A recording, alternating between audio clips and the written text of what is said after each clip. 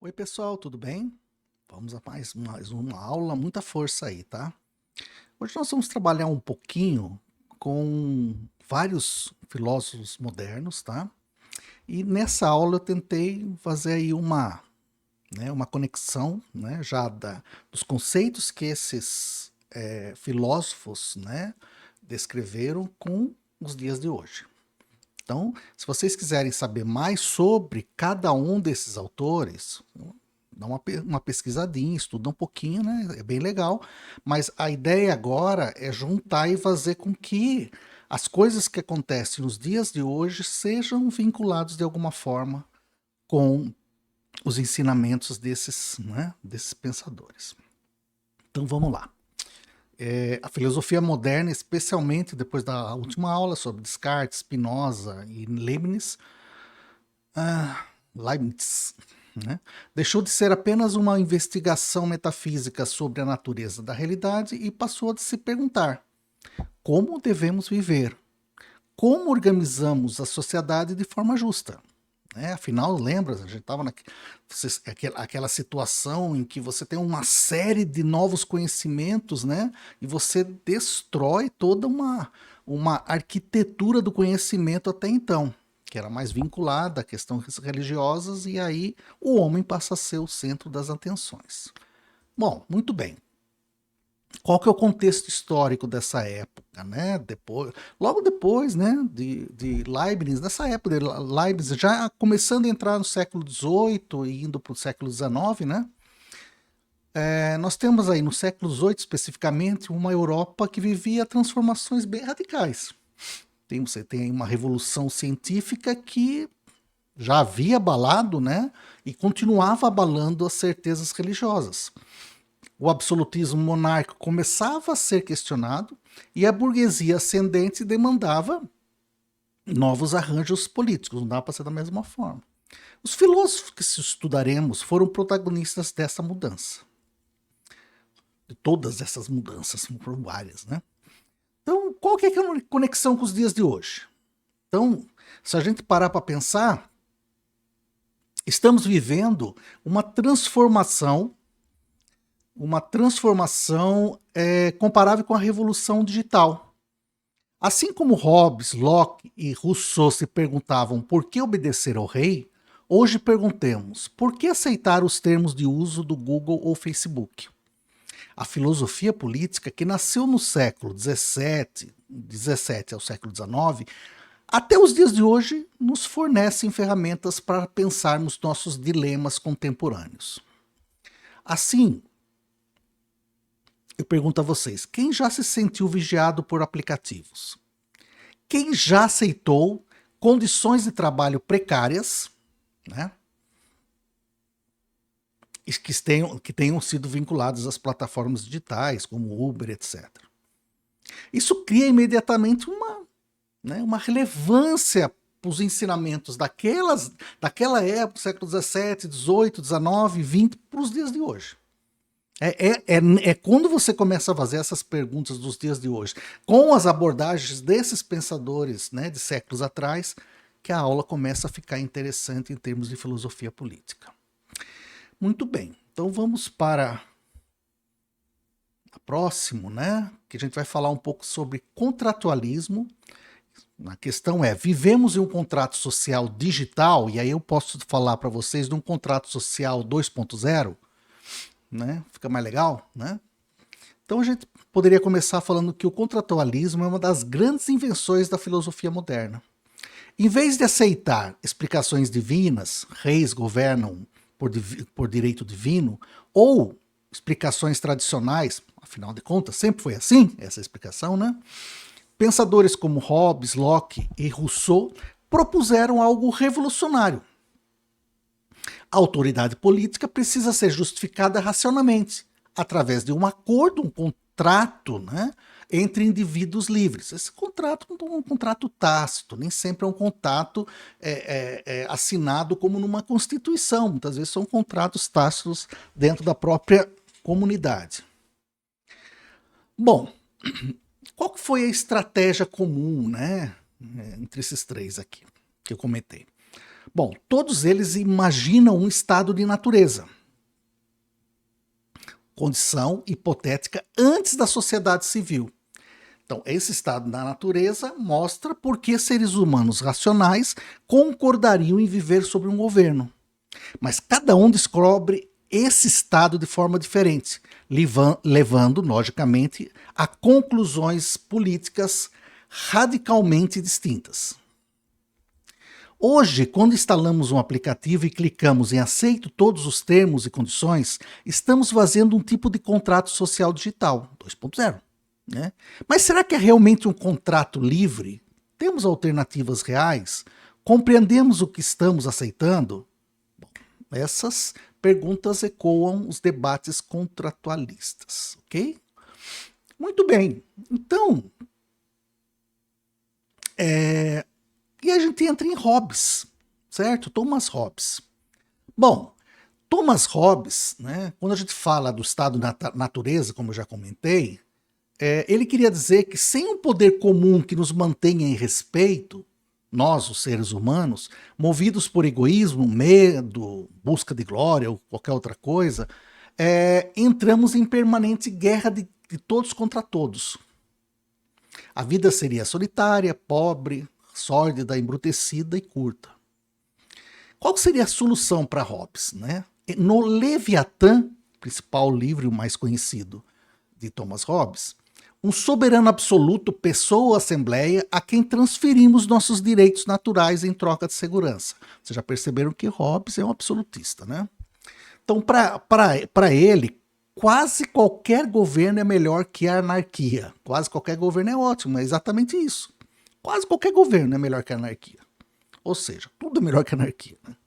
O preço da paz é a obediência quase incondicional ao soberano. E qual que seria um dilema hobbesiano em 2025 para os dias de hoje? Bom, vamos pensar um pouco. Os debates contemporâneos sobre vigilância digital são essencialmente hobbesianos. Governos argumentam que precisam monitorar comunicações, coletar dados massivos e usar reconhecimento facial para nos proteger de terrorismo, crimes e ameaças. Então, quais seriam, por exemplo, casos concretos do nosso dia a dia? O Brasil debate intensamente a tensão entre privacidade, garantida pela LGPD, e segurança pública desde 2025.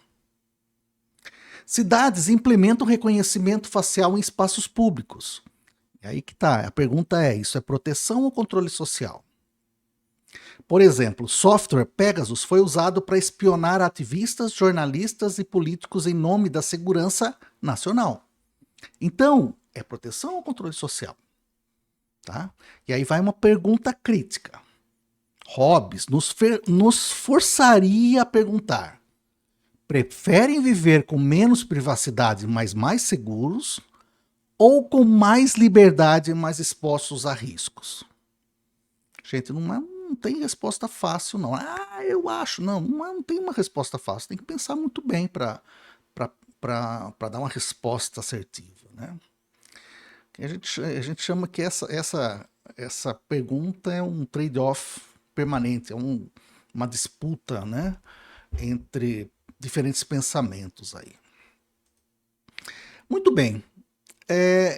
Então eu quero que vocês pensem em situações onde sentiram que a ordem precisava de autoridade forte. Por exemplo, pânico em multidões, filas desorganizadas, etc. Depois, pergunte se estão dispostos a ter câmeras em todos os lugares para garantir essa ordem. Veja que confuso, né? Muitas vezes você pode achar que sim numa e outra não. Entendeu? Ou achar não nos dois ou sim nos dois. Então é complicado. Então tem que se pensar muito bem, né? Nem tudo é simples de trabalhar. Muito bem. Então aqui, ó, nós vamos para um vídeo, né? Vou colocar um vídeo para vocês. Pensadas para, segundo o documentário, deixar a gente preso nessas redes, manipular as nossas emoções, as nossas vontades e também mudar a maneira como a gente pensa e se comporta em troca do nosso tempo. Eu sou Ricardo Senra, sou repórter da BBC News Brasil aqui em Londres. Por exemplo, você gosta quando a sua timeline mostra uma recomendação de curso ou de roupa que tem tudo a ver com o seu gosto? Você curte quando surge uma daquelas publicações sugeridas expondo exatamente o que mais choca você na política? Você fica feliz em compartilhar os seus dados para ter uma experiência online mais personalizada? Talvez seja a hora de rever os seus conceitos. No fim desse vídeo, segura aí, eu mostro uma série de recomendações fáceis e práticas para você proteger os seus dados e principalmente combater o vício que você ou que os seus filhos e os seus parentes podem estar mergulhados. Antes de começar, esse vídeo contém spoilers, então não diz que eu não avisei. Vamos lá, ponto 1. Se você não estiver pagando pelo produto, você é o produto. Você gostou quando a sua operadora de telefonia ofereceu acesso grátis ao Zap ou ao Facebook junto com o seu plano de dados? Para pensar. Por que raios o Mark Zuckerberg ofereceria um serviço de graça? E mais do que isso, como ele conseguiria ao mesmo tempo ficar cada vez mais rico? Em agosto, vale lembrar, a fortuna dele ultrapassou 100 bilhões de dólares. E só durante a pandemia do novo coronavírus ele teria ganhado mais de 30 bilhões. Quanto mais você usa as redes sociais, mais elas ganham dinheiro. Quanto mais tempo você fica curtindo, comentando e lendo conteúdos na sua timeline, mais você engorda um banco de dados que sabe tudo sobre você, às vezes mais do que você mesmo. Mas como é que a gente vira produto na prática, segundo eles? Quanto mais tempo a gente fica nas redes sociais, mais tempo a gente fica exposto às empresas que pagam anúncios nessas mesmas redes sociais. E esses anúncios são hipersegmentados, ou seja, eles aparecem para as pessoas que têm potencial para clicar ou para comprar os produtos que eles vendem, aquelas pessoas que têm a ver com o que está aparecendo. Pessoal, agora nós vamos falar de John Locke, que é um grande teórico do liberalismo político. Enquanto Hobbes justificava quase qualquer governo para evitar o caos, Locke estabelece limites claros ao poder estatal. Nesse caso, o governo existe para proteger direitos naturais, não para esmagá-los. Qual que é o estado de natureza lockeano? A gente falou de Hobbes, né? Vamos falar de Locke. Diferente de Hobbes, para Locke, o estado de natureza não é guerra total. Os seres humanos já possuem direitos naturais à vida, à liberdade e à propriedade. O problema é a ausência de um juiz imparcial para resolver disputas. Locke, ele trabalhou então com uma teoria que ele denominou de teoria da propriedade. Ele desenvolve a famosa ideia de que adquirimos propriedade através do trabalho, quando misturamos nosso esforço com a natureza, plantando, construindo e criando. Portanto, ela se torna nossa. Essa teoria fundamenta toda a economia de mercado e o capitalismo liberal. E aí, eu vou dar uma ideiazinha de direito de resistência, tá bom? Então aqui, ó. Qual que é o elemento mais revolucionário de Locke? Bom, se o governo violar sistematicamente os direitos naturais dos cidadãos, este tem não apenas o direito, mas o dever de resistir e até derrubar um governo. Essa ideia inspirou as revoluções americana e francesa. Quais são as aplicações para 2025, os dias atuais? Bom, dados como propriedade. Aí começou a complicar, né? O debate sobre se os nossos dados pessoais são nossa propriedade é profundamente lockeano. Afinal, nós trabalhamos para gerá-los, navegando, postando, interagindo. Não deveríamos possuí-los e controlar seu uso? A Lei Geral de Proteção de Dados, LGPD, do Brasil, garante direitos como apagar dados, saber quem os usa e corrigir informações. Exercício do direito de propriedade sobre si mesmo. E aí a gente pode falar também agora de uma resistência digital, né? Nós temos atualmente alguns movimentos que usam a criptografia, VPNs e ferramentas de privacidade para resistir à vigilância estatal. E isso é um exercício lockeano de resistência, quando o Estado viola a privacidade. E aí eu quero perguntar para vocês, se vocês criam conteúdos em redes sociais, mas a plataforma é dona, né? Outros são donas, né, dessas plataformas, Locke diria que há uma injustiça. Portanto, seu trabalho, né, o seu trabalho, entende? Cada um de vocês, deveria gerar propriedade para cada um de vocês. E não para o Instagram, para o X, para o TikTok e assim por diante. Rousseau é o mais paradoxal e radical dos contratualistas. Sua frase é difícil, né? Sua frase de abertura do contrato social é um manifesto. O homem nasce livre e por toda parte encontra-se acorrentado. Legal, né?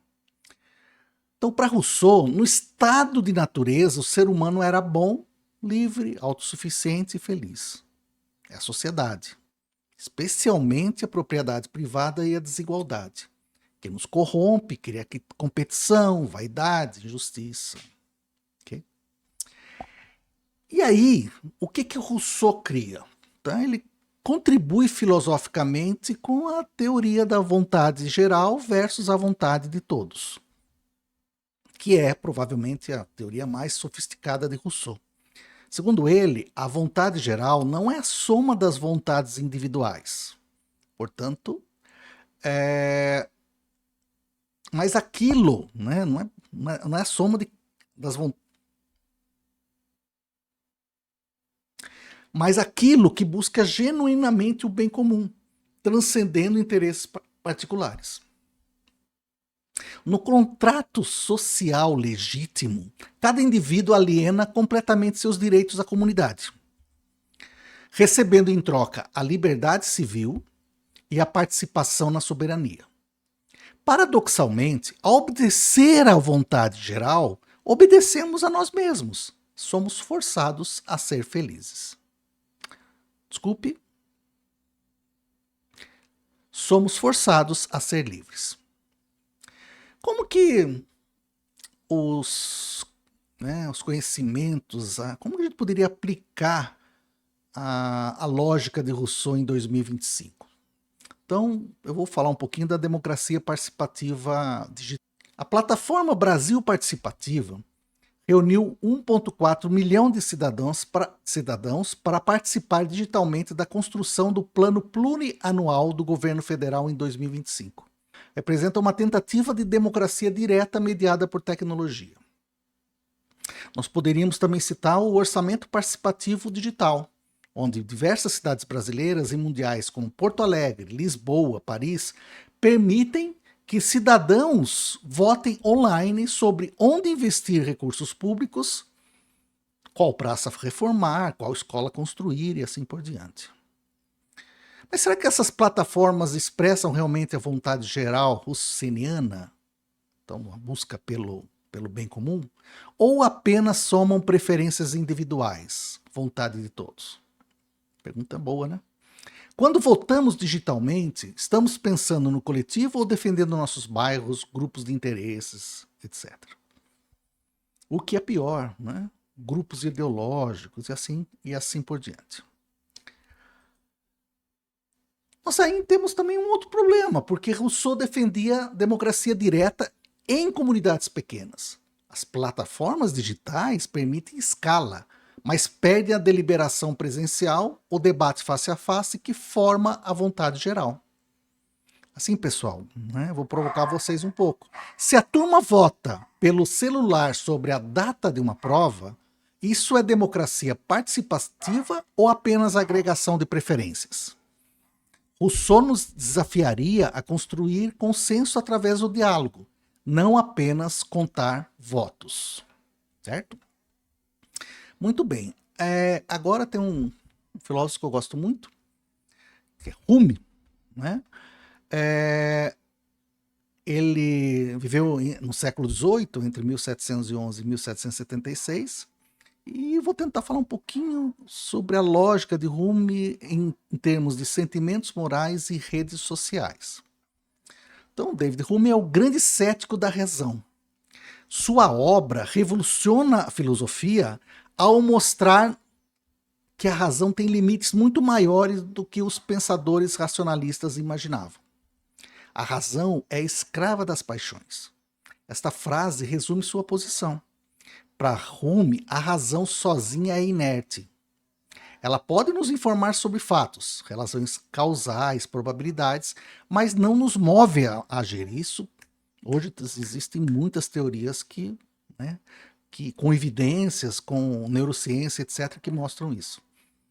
Quem nos move são as paixões, os sentimentos. Quando julgamos algo moralmente bom ou mal, virtuoso ou vicioso, né, não estamos fazendo uma inferência racional, mas expressando uma resposta emocional, de aprovação ou desaprovação. Sentimos compaixão ou repulsa, e é isso que constitui o julgamento moral. Hume introduz a noção de simpatia, que hoje chamaríamos de empatia, que é a nossa capacidade de compartilhar e ressoar com os sentimentos alheios. É através da simpatia que transcendemos o egoísmo puro e desenvolvemos preocupações morais genuínas. Como que a gente poderia, né, pensar em David Hume e a internet em 2025? Né, as lógicas de Hume e a internet em 2025. Bom, a filosofia deste pensador explica perfeitamente como funcionam as redes sociais. Os algoritmos de plataformas como Facebook, Instagram, X, priorizam conteúdo que gera forte resposta emocional, indignação, medo, alegria intensa. Mas então por que fake news se espalham mais rápido que fatos? Porque apelam às paixões e não à razão. Uma notícia falsa, ela corre muito mais rápida do que a verdade, do que um fato verdadeiro, né? Então essa notícia falsa, ela provoca indignação que será compartilhada milhares de vezes. Tudo bem? Então, conseguiram entender a lógica?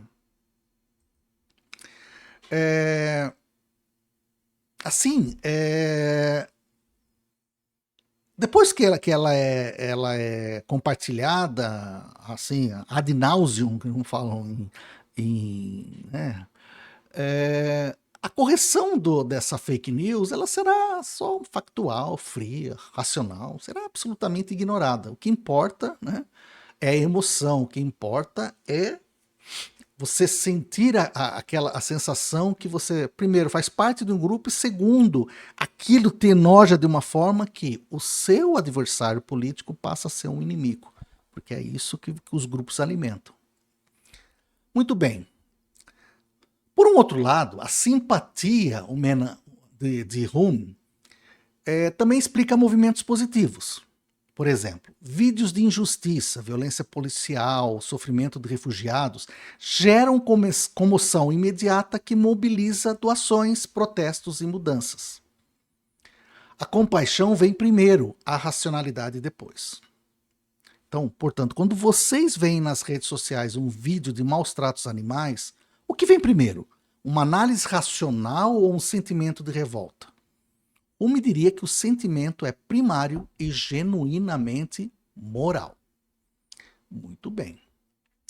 Agora eu vou falar de Immanuel Kant. Na realidade, na próxima aula eu vou falar muito de Kant, né? Quando a gente falar sobre uma escola ética muito conhecida, que é a deontologia. Mas aqui eu vou falar tentar fazer uma lógica, né, de Kant com a ética da inteligência artificial. Então, Kant representa a posição exatamente oposta a Hume. Para Kant, fundamentar a moral nos sentimentos é um desastre filosófico. Sentimentos são instáveis, subjetivos, variam entre pessoas e culturas. Não podem servir de base para obrigações morais universais. Bom, a moralidade, segundo ele, deve ser fundamentada na razão pura.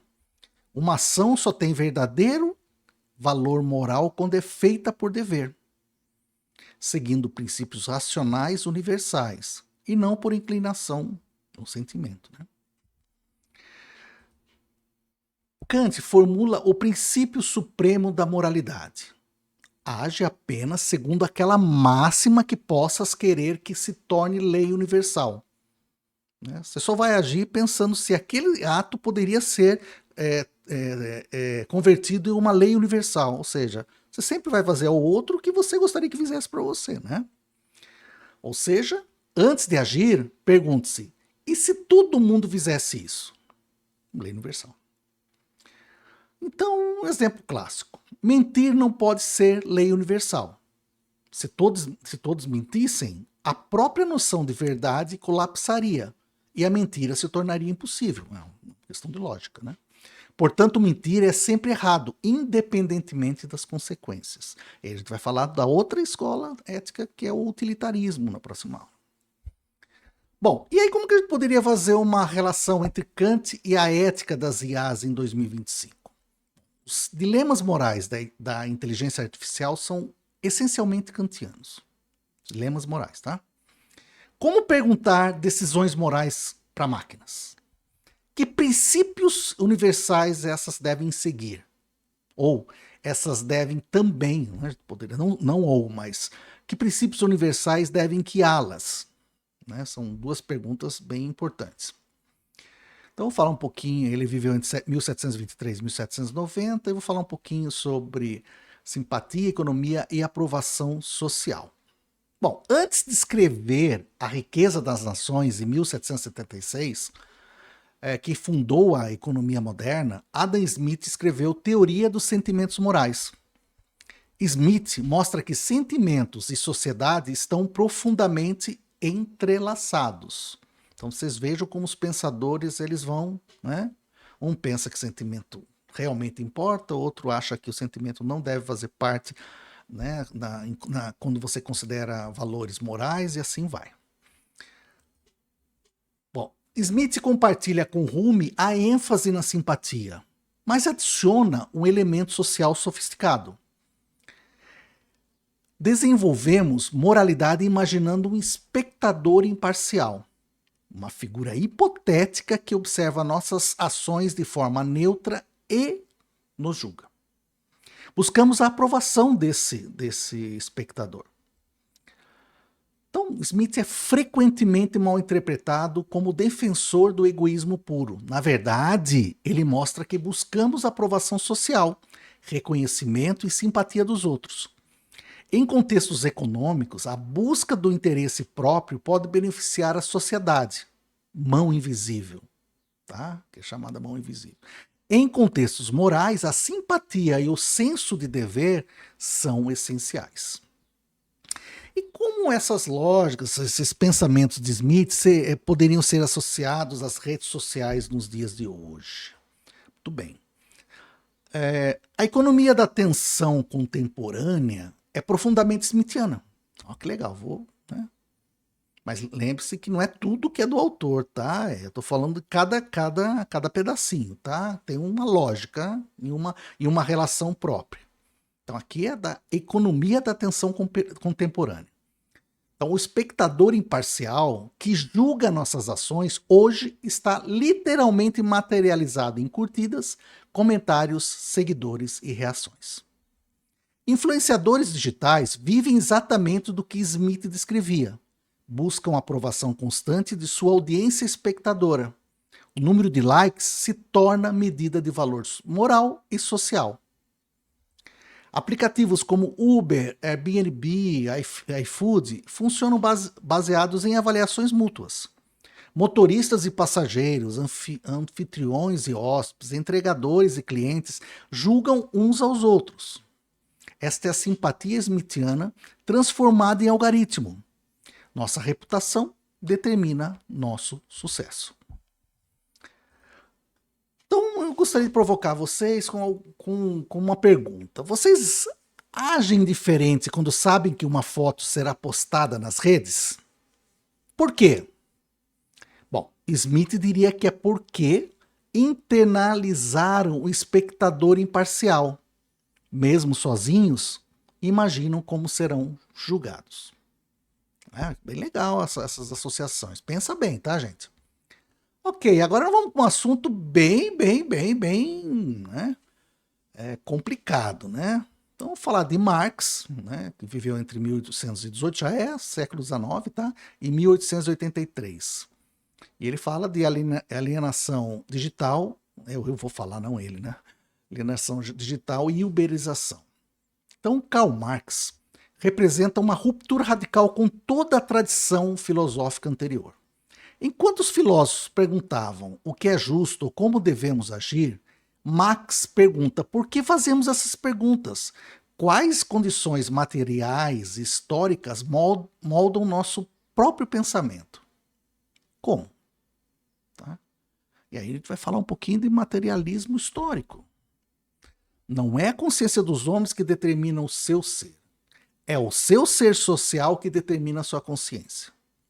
Marx inverte o idealismo. Não são as ideias que movem a história, mas as condições materiais de produção.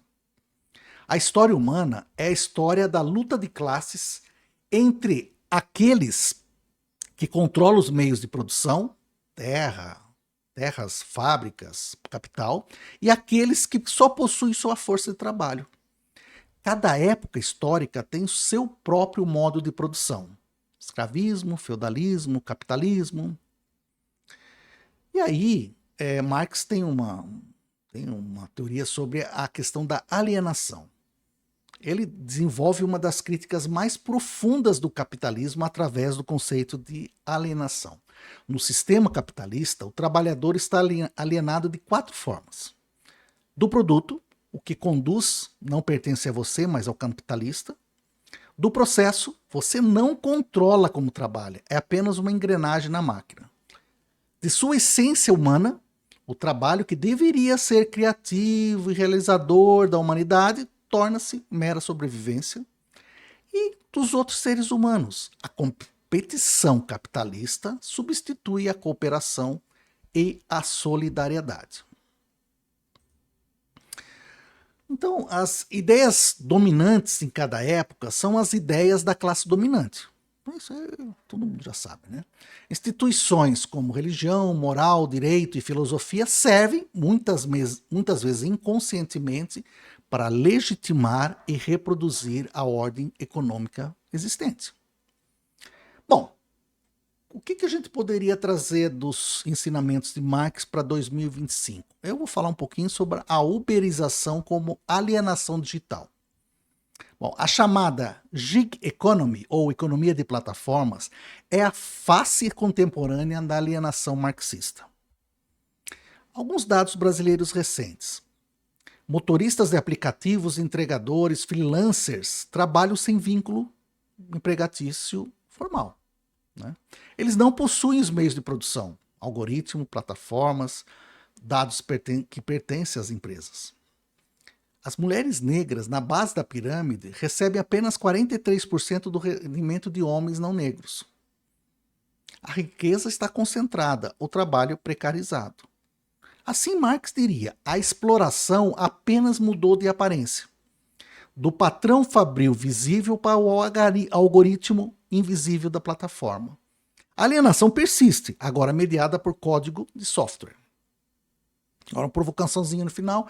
Quem aqui conhece, né, alguém que trabalha em aplicativo de entrega? Como é a relação deles com a empresa? A liberdade real ou apenas precariedade disfarçada de empreendedorismo? Marx nos faria essas perguntas.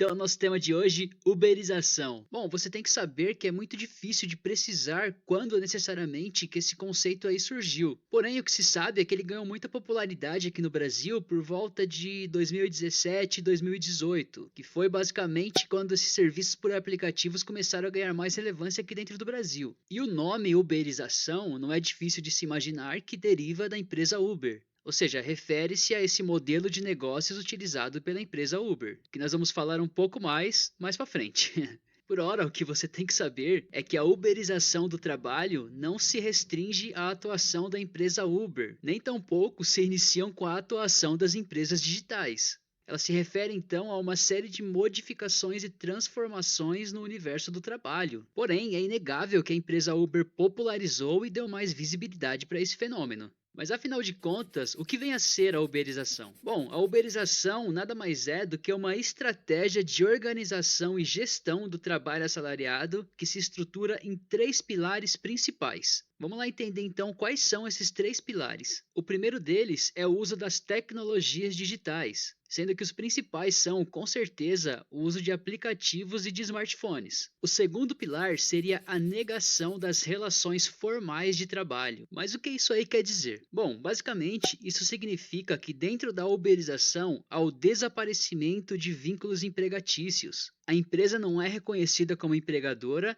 e o trabalhador é apresentado como um parceiro. Então, se não há uma relação formal de trabalho, logo o trabalhador não tem direito a uma série de direitos trabalhistas, como férias, 13º, vale alimentação, dentre outros. Vamos agora, o pilar é a instabilidade e a imprevisibilidade do trabalho. Mas o que afinal de contas isso aí quer dizer? Bom, isso significa que dentro da uberização, o trabalhador é transformado em trabalhador just in time, que é um termo em inglês que se refere a esse trabalhador que está sempre pronto para as demandas, um trabalhador que está disponível às demandas do trabalho. E é assim que funciona, não é mesmo? O motorista de aplicativo, o entregador de aplicativo está lá de boa e quando o celular apita, ele é obrigado a sair para atender aquela demanda. Por isso que esse modelo de serviço traz grandes instabilidades para o trabalhador, pois além de não saber quanto que ele vai ganhar ao final do mês, ele ainda pode ser desligado pela empresa a qualquer momento.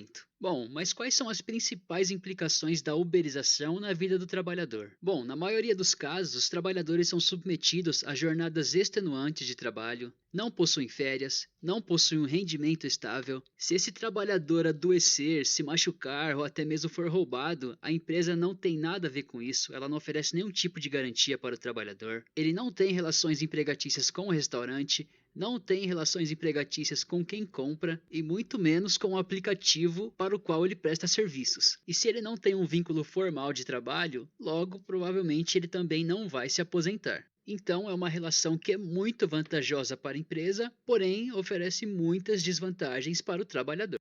Vamos falar de Montesquieu, que viveu entre 1689 e 1755.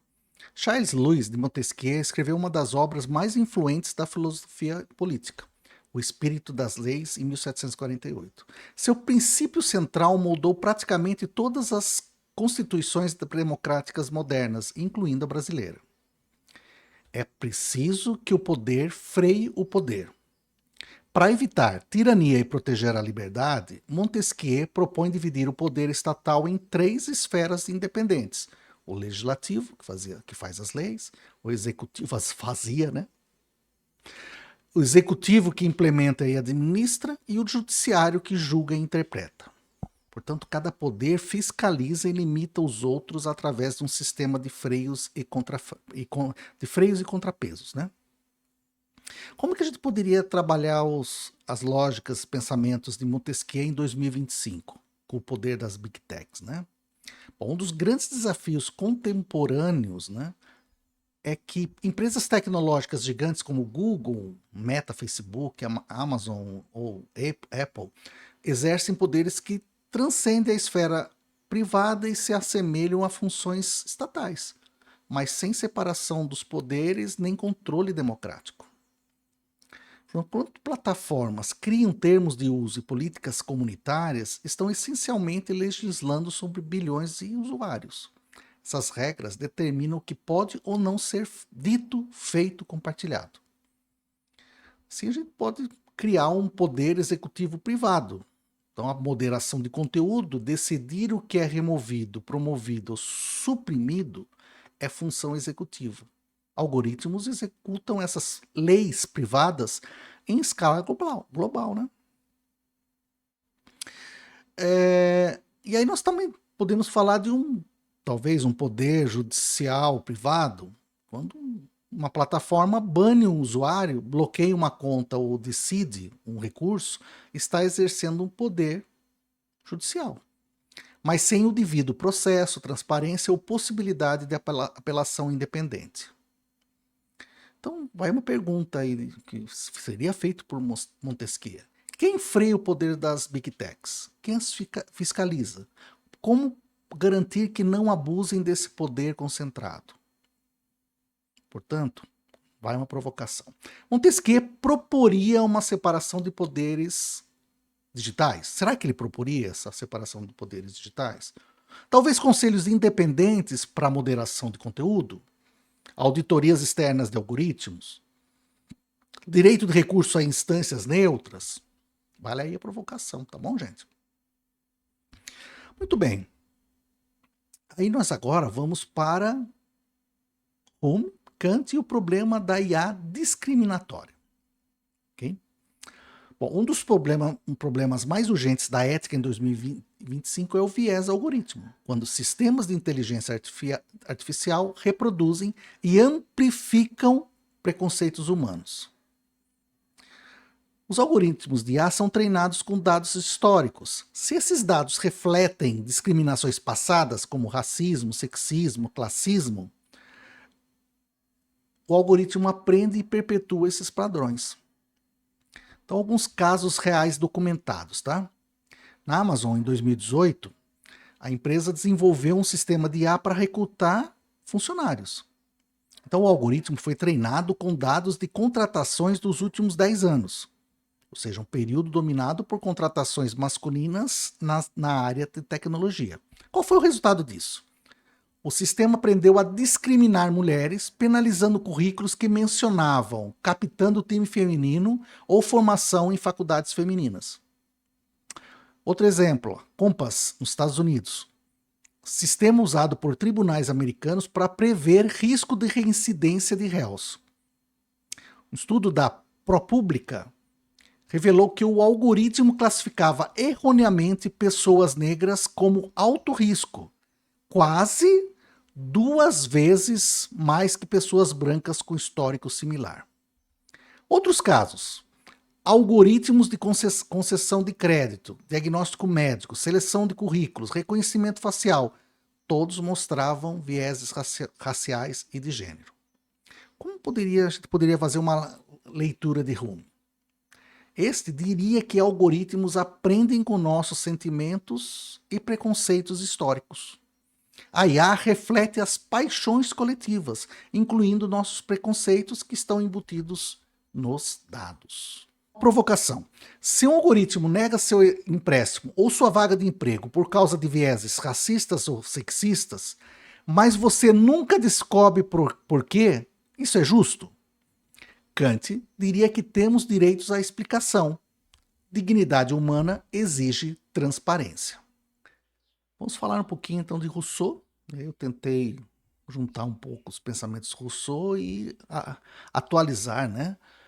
Falando um pouquinho sobre a cooperação internacional, especificamente as mudanças climáticas.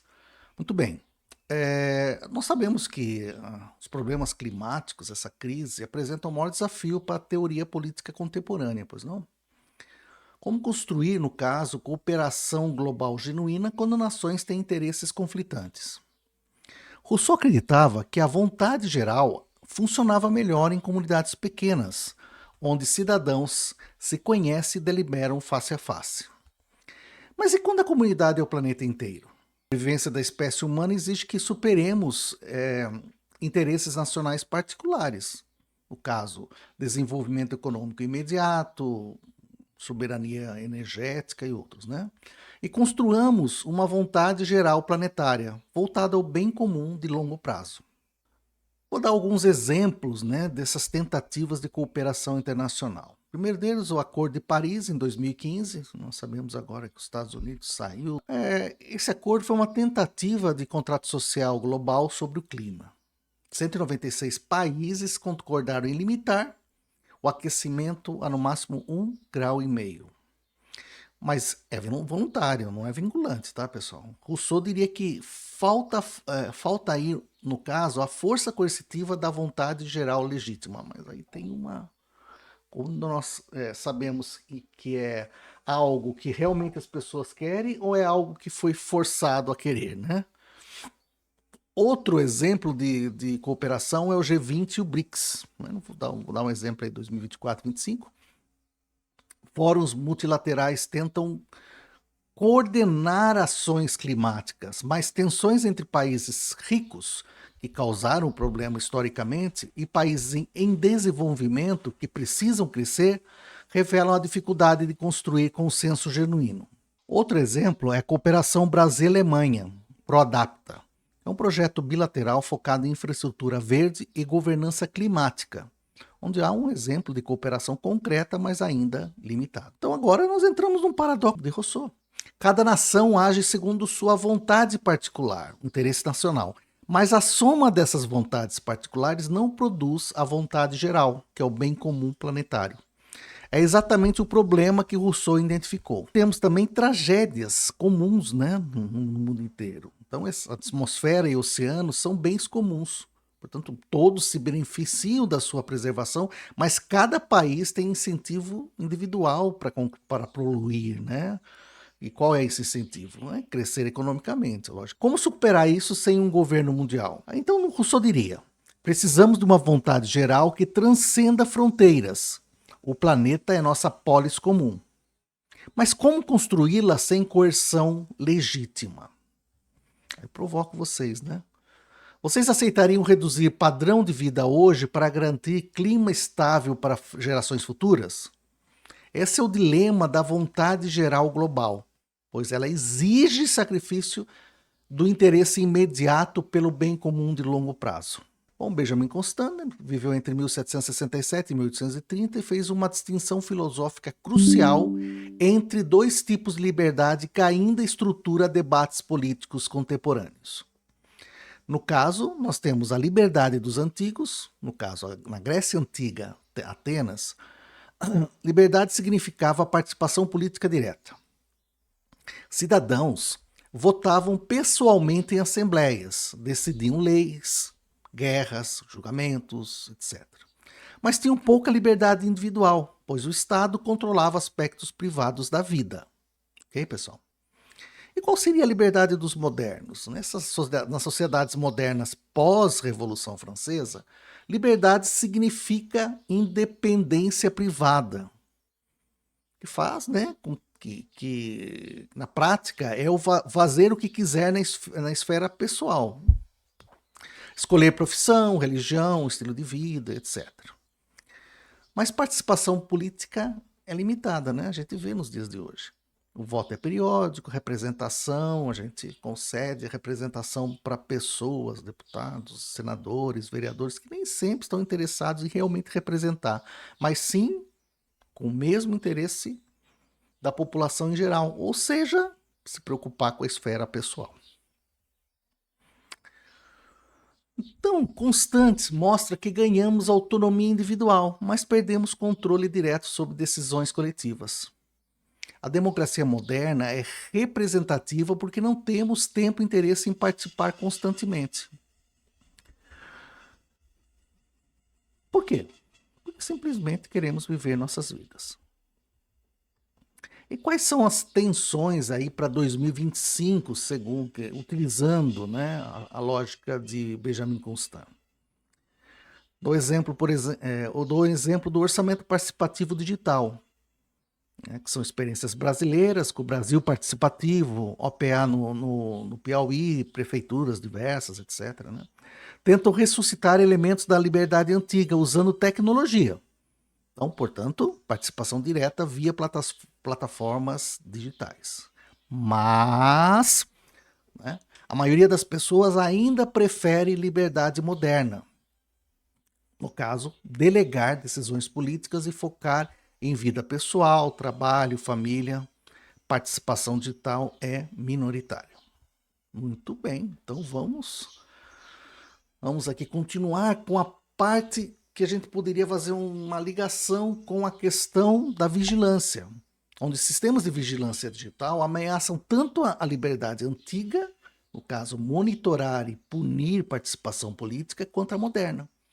No caso, aí é a invasão de privacidade individual mesmo, né? E eu faço uma pequena provocação para vocês.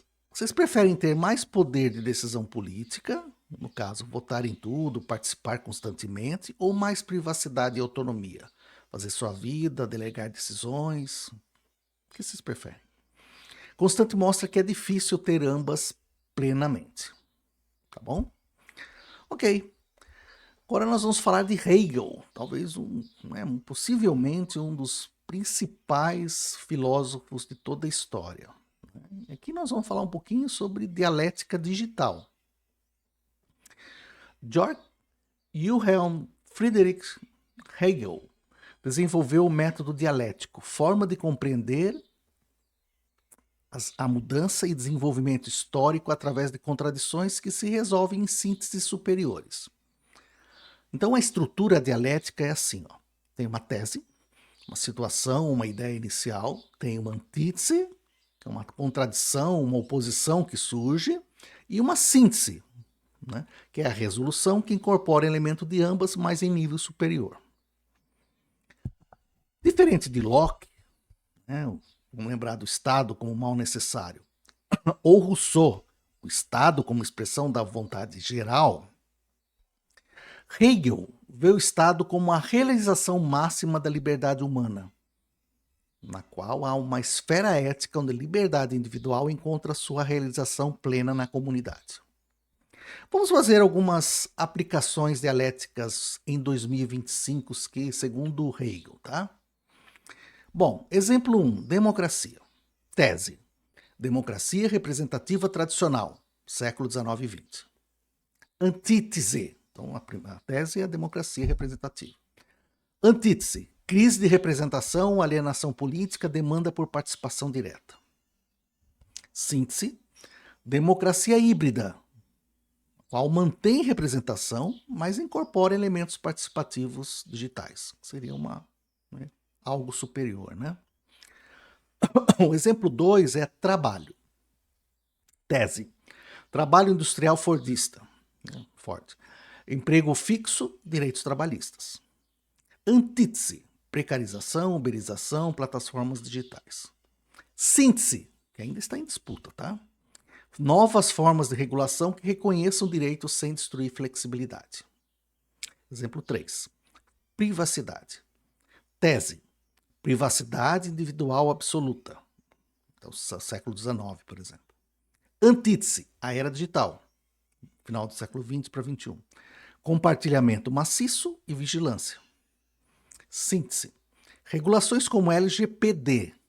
Privacidade como direito, mas com nuances e exceções seriam, né, um exemplo adequado, né, superior.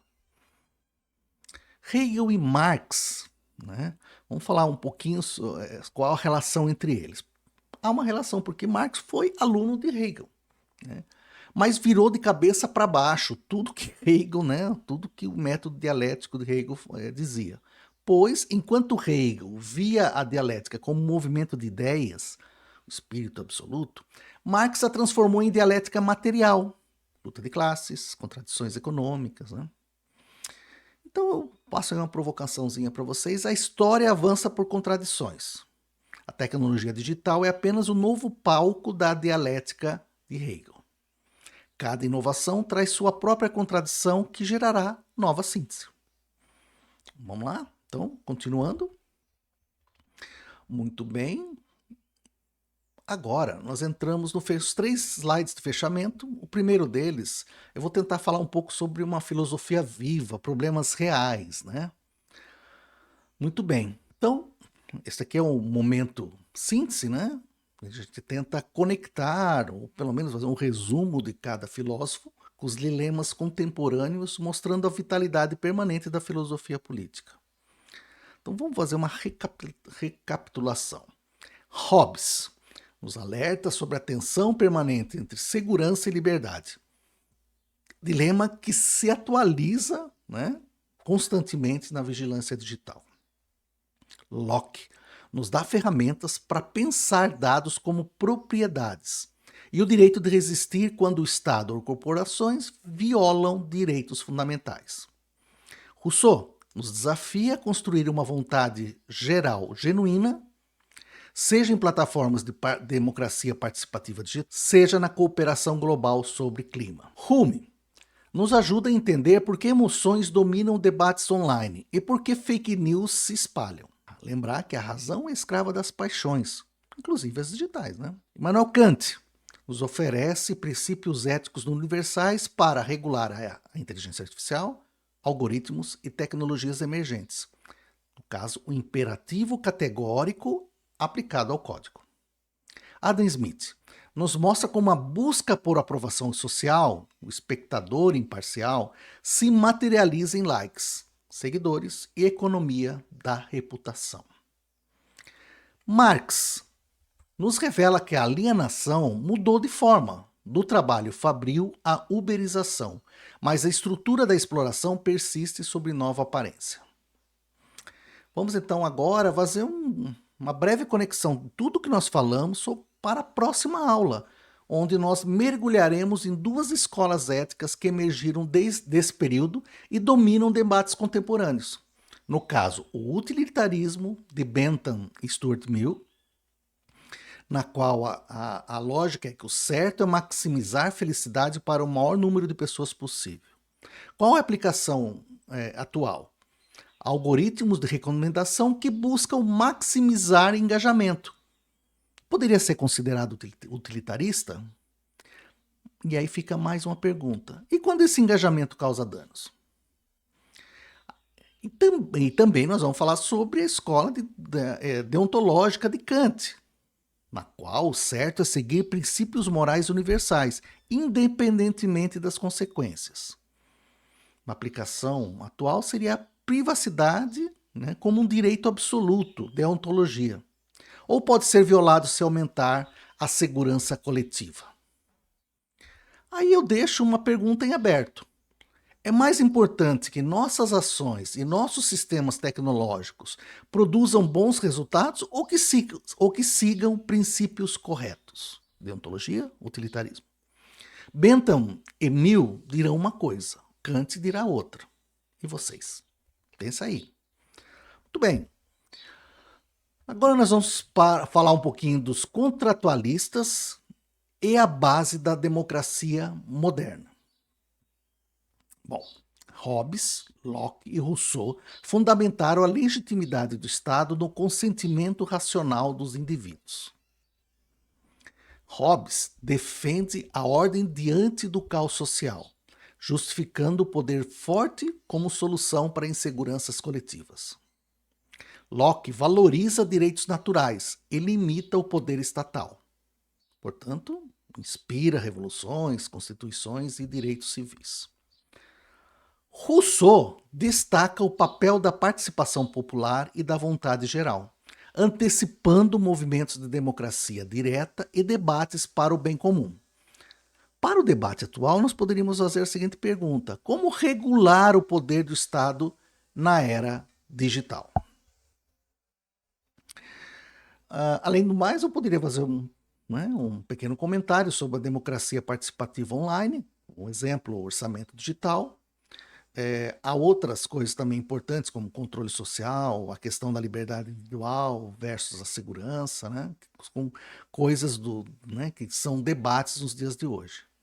Portanto, os filósofos, eles inspiram discussões sobre privacidade, direitos civis, resistência frente ao abuso de poder e a busca por modelos políticos inclusivos. E, para finalizar, nós vamos falar um pouquinho da questão da ética, né, em relação específica à razão, sentimento, justiça universal, né? Então, Hume argumenta que nossas decisões brotam dos sentimentos e da empatia, especialmente decisões morais, tá? Kant propõe princípios universais, no caso, agir por dever, respeitar a dignidade humana em qualquer contexto, base dos direitos humanos, a ética profissional, a regulação das IAs. Adam Smith mostra que buscamos a aprovação social e que a moralidade se constrói na interação com os outros, antecipando a economia da reputação e julgamentos públicos nas redes.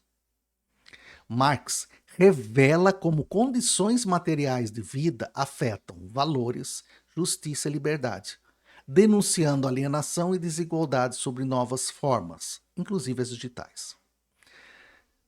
Isso tudo incrementa debates atuais, como decisões morais em algoritmos, viés e transparência na inteligência artificial. Em relação à justiça e inclusão, nós poderíamos pensar em debates como combater desigualdade histórica, garantir direitos de minoria, proteger trabalhadores do setor digital. E aí fica uma pergunta, né? Como formar juízos éticos confiáveis diante da avalanche de fake news, polarização e manipulação da atenção? Como a gente consegue pensar na ética em cima de todos esses eventos que acontecem cada vez mais? Aí vai, né, uma mensagem de agradecimento para vocês, né, terem assistido até o final a aula. E eu gostaria de dizer que a filosofia não está morta nos livros. Ela está viva em cada debate sobre privacidade versus segurança, em cada discussão sobre direitos trabalhistas na economia de plataformas, em cada decisão sobre como regular inteligência artificial. Os filósofos que estudamos hoje nos dão as ferramentas conceituais para navegar nosso mundo complexo e tecnológico. A próxima vez que aceitarem termos de uso sem ler, lembre-se de Locke. Quando virem uma fake news viral, lembre-se de Hume. Quando debaterem vigilância, lembre-se de Hobbes. A filosofia política continua sendo a melhor ferramenta para pensar o poder, a justiça e a liberdade. Ontem, hoje e amanhã. Muito bem, pessoal. Gostaria de agradecer a todos, né? Muito bom ter vocês juntos e espero vê-los na próxima aula sobre escolas éticas. Um grande abraço.